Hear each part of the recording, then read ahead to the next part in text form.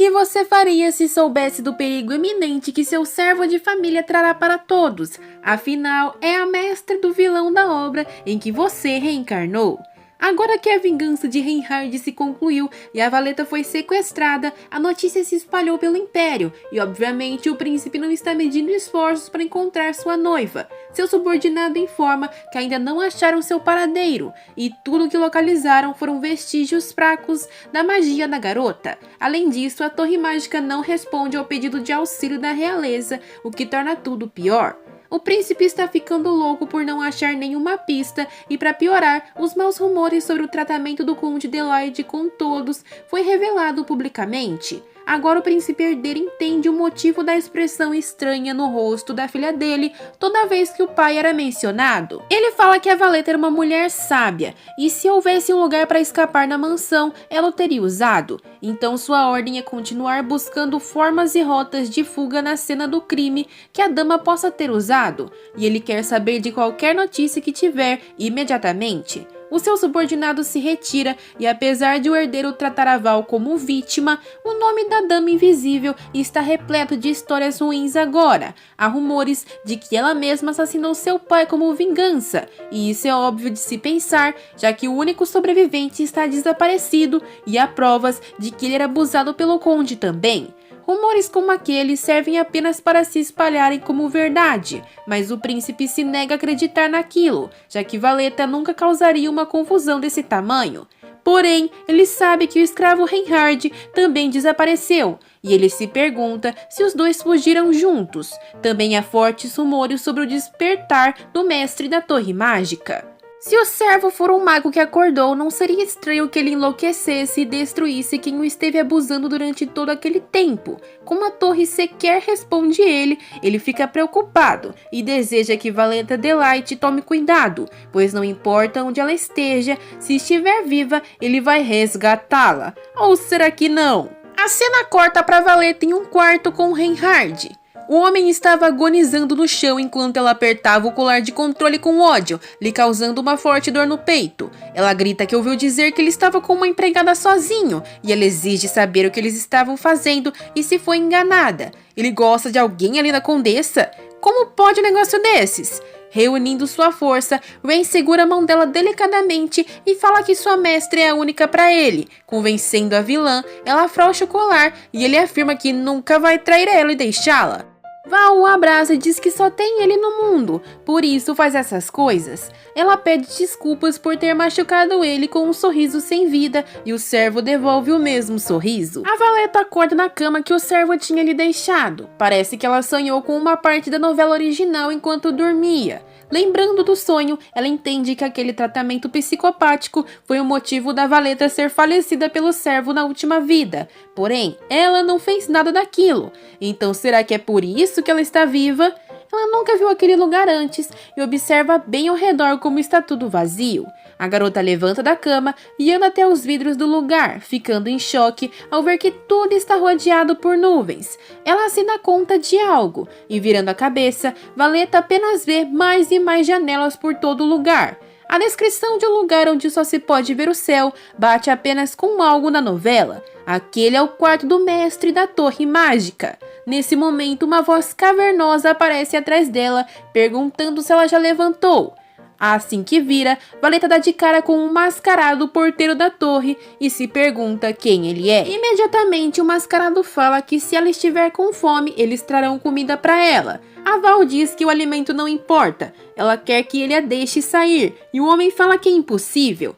Valeta exige que no mínimo ele fale como sair dali então, já que se ele entrou ele deve saber um meio de fuga. Novamente o homem diz que é impossível. Ele continua repetindo a mesma coisa toda hora e aquela atitude é reconhecível. Aquele homem é Carpelius e ele é tratado como um cão pela Torre Mágica. Aquele lugar é realmente a torre e a dama pergunta se ela será deixada trancada ali então. O homem apenas responde que quem decide isso é o senhor. Cruzando os braços, a mulher fala que não tem nenhuma intenção de ficar ali jamais, e se ele entende isso, deveria tirá-la daquele lugar. Adivinha o que ele respondeu, hein? Estressada, a Valeta berra para chamar o senhor então, e imediatamente uma luz se forma no chão no meio do quarto e o teletransporte é ativado. Reinhard aparece sorrindo e se aproxima da mestra, dizendo que esperava que ela acordasse mais tarde. Valeta torna a fazer seu pedido. Ela quer sair dali, mas o servo ignora completamente sua súplica e pergunta se sua mestra não está com fome. A Val responde que já disse inúmeras vezes que ela não é mestra dele em lugar nenhum. Ele ri malignamente e depois, com um estalar de dedos, ordena que Carpelius vá embora. O mascarado se desfaz em cinzas e ele comenta que, já que ele não tem fome, vão tomar um leve chá. Um outro aceno de mão surge do chão uma mesa de chá e bolinhos completa, toda chique e enfeitadinha. Reinhard se senta servindo um chá vermelho para si e para a senhorita. Val percebe que ele sequer a escuta, então não vê alternativa a não ser se sentar quando ele manda. A primeira coisa que faz depois disso é pedir para ir embora, mas sorrindo, Reinhard diz que ela não tem lugar algum para ir. A mulher percebe uma cicatriz na mão do mago, provavelmente feita na mansão, e desviando o olhar, fala que qualquer lugar é melhor que aquele. O servo apenas diz sorrindo que qualquer lugar no mundo, não importa onde ela vá, nenhum será melhor que ali. Reinhard pergunta se ela sabe que o esperado era que ela falecesse em suas mãos. Ele não consegue acreditar ainda que aquele tenha sido seu único castigo. E a Valeta pergunta sem medo por que ela tá viva ainda. E o servo fala que isso é porque ela foi a única que se desviou do caminho designado. Não existe nenhuma razão para ele fazer isso, porque magicamente a mestra parece ter evitado todas. Ele pergunta por que sua mestra se afasta tanto dele, já que ele sempre foi amável com ela. Para Val, ele era amável com todos, porque esse era o plano dele, né? Rain insiste que estava sendo sincero e reitera que a doce mestra avisou a todos para se darem bem com ele. E mesmo assim os imbecis ignoraram tudo. Ela o pediu para fechar a boca todos os dias, para treinar alquimia em segredo. Quando recusava uma ordem, ela ficou trancada por dias a finco. Mesmo assim, a doce mestra era suficientemente tonta para se calar e aguentar castigos um atrás do outro, como se não fossem coisas importantes. Valeta manda ele se calar, mas ele afirma que queria cortar ela em pedaços e dar para bestas comerem. Tudo isso deveria ter acontecido, levando em conta a forma como atuaram, mas não aconteceu. Tudo está fora do lugar agora. E depois das palavras de raiva que ele disse, sua xícara está em pedaços. O homem tentou ganhar sua atenção e a mestra simplesmente ignorou todo esse tempo. Quando a Valeta tenta chamar a atenção dele, Reinhard exige que seja chamado pelo seu primeiro nome. Já passou da hora de ser tratado com respeito. Ele diz que toda vez que ela se curvava ao desgraçado do conde, era muito difícil ele precisar se conter em silêncio para não defendê-la, e muito frustrante ele não despertar logo sua magia. A garota está muito assustada. Como que ele ainda lembra de tudo aquilo? Tem alguma coisa muito errada. Reinhard se aproxima dela levantando e diz que vai permitir que ela continue a ser sua mestra. Ele se aproxima com o rosto perto do dela, pedindo para ficarem juntos. A Valeta grita que se antes não queria vê-la, por que não abandonou quando ela pediu e fugiu? Ele abre um sorriso e diz que se tivesse fugido de lá seria muito pior. Ele começa a explicar que os magos basicamente nascem de uma energia diferente da dos humanos normais. E essa energia faz os seres humanos sentirem ódio e raiva deles. Esse é o motivo dos magos serem odiados naturalmente. E humanos não podem evitar odiar algo que é diferente. É seu instinto primitivo. Os magos recém-nascidos são vulneráveis por isso. A mestra dele nunca teve essas atitudes. Ela olhava nos olhos e conversava com ele, escutou suas histórias e segurou sua mão. Reinhard começa a aproximar o rosto do dela enquanto comenta que ela só deu oportunidade para ele se aproximar. Ou seja, ela o vê como eles. Ela o vê como um ser humano normal. Segurando seu rosto, ele a puxa, enquanto diz que não fugiu de lá, porque sua melhor opção era se ajoelhar naquele lugar. A garota empurra seus pulsos e, se afastando, lambendo os lábios, o mago fala que não poderia pegar ela se tivesse ido embora, e ele queria ter sua mestra. A Val ficou assustada achando que seria beijada, e ele fala que ela não iria gostar de ser um espetáculo pelo resto da vida também. E ela fica totalmente confusa. Val nunca revelou que era uma elementista para o seu pai, mas mesmo assim, devido à sua alquimia, era claro que muitos queriam as poções de seu pai, e como sua mestra era muito inocente, ela não entendia o que o pai queria fazer com ela. Ele estava tentando tirar seu sangue para vender e quando se casasse com o príncipe herdeiro, ainda seria obrigada a fazer poções com a decisão de dividir os lucros com a família real. Ela não sabia daquilo, e Reinhard apenas acumulava vontade de acabar com os pescoços de todos os envolvidos. A garota fala que estava noiva do príncipe, e ele rebate falando que o acordo seria muito vantajoso para os dois lados. Seu pai planejava adiar o casamento para mandá-la para algum lugar de produção. Como ela era uma alquimista nobre, era como uma galinha de ovos de ouro, aos olhos do Conde Delight. Ela comenta que se sente cansada depois dessa notícia. Ela fala então que o mago está dizendo que lá fora é perigoso para ela, e a valeta deveria ficar ali. Mas a garota não quer, já que ele não sabe nada sobre ela de verdade. O mago resmunga que ele nunca faria mal à sua mestra, e se quisesse fazer já o teria há muito tempo. Se ela prometer não fugir, ele pode tirá-la daquele quarto. Ela fala que sim, e o servo diz que a Val consegue soltar uma mentira tão sincera com facilidade. Ele mostra um bracelete para a garota e pede para que ela o coloque. Ele espera não ser tão incompetente quanto seu pai, a obrigando a usar um daqueles. Ela estará livre para sair daquele quarto, mas para voltar, ela vai precisar de Carpelius ou ele para dar sua permissão. Já se ela usar a pulseira, ela vai ter permissão de entrar também sem um deles. Ou seja, significa que ela poderá entrar e sair livremente.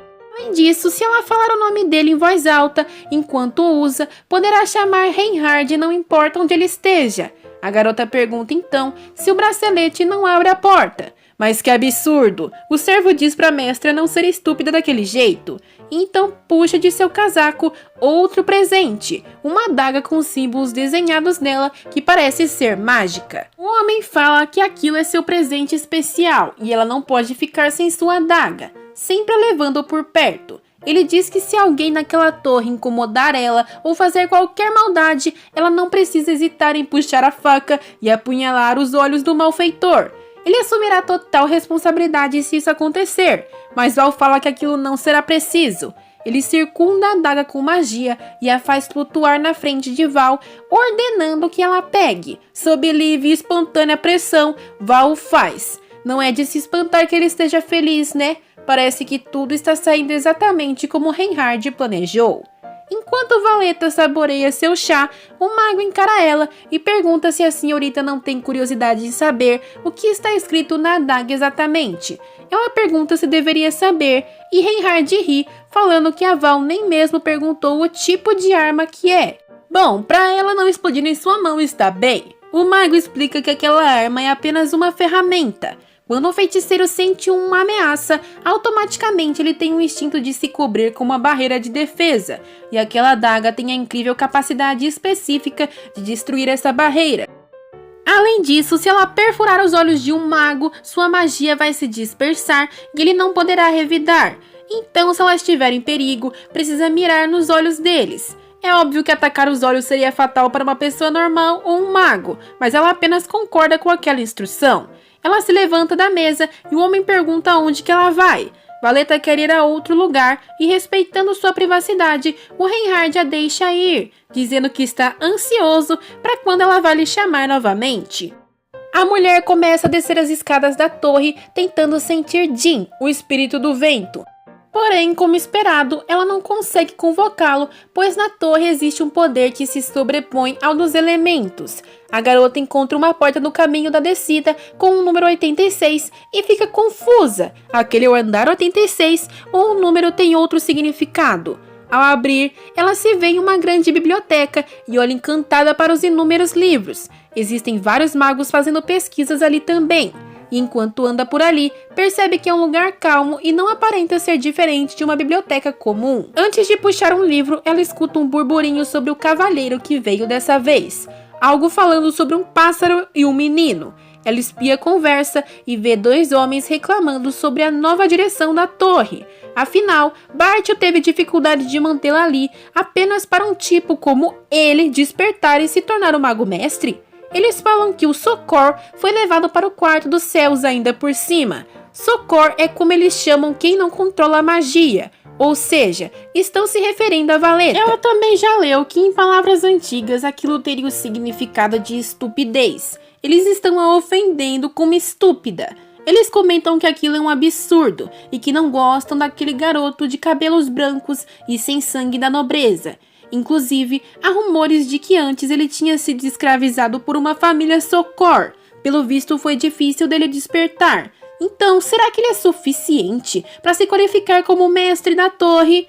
Não é que ele não pudesse ser. Antes ele não queria, né? Mas se ela se metesse na conversa, acabaria falecendo na mão desses magos. Ela não se lembra dos detalhes, porque na novela era uma única linha. Mas o Reinhard já sabia de todo o descontentamento dos magos em relação à sua pessoa. E eles não sabiam que estavam cometendo um erro. Todos acabaram sendo destruídos depois. Ela não se lembra muito sobre o assunto, já que foi nessa época que Rain ficou sumido na novela. Ela continua então andando em círculos até olhar para baixo.